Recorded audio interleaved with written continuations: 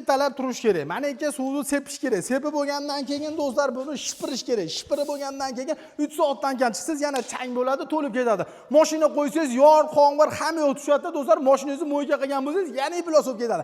Endi hech narsa bo'lmaydi. Chunki do'stlar navesi zo'rini qildirib berishibdi. Mana shu ko'rib turgan joylarning 110 kvadrat do'stlar. Uyni sahnini shunday qoplab berishibdi ustalar.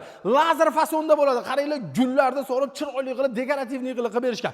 Hatto tevalarga do'stlar qaranglar, hashtaqa reshotkalarni qilishgan.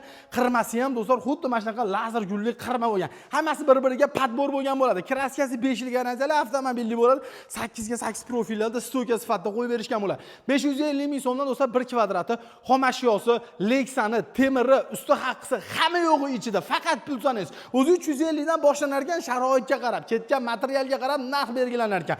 O'zbekistonda 12 ta viloyatdan telefon qilinsa, ularnikini ham shunaqa chiroyli qilib bitirib beraman. Qilgan ishimga do'stlar 15 yil garantiya beraman dedi. Pastga nomer qo'ydim.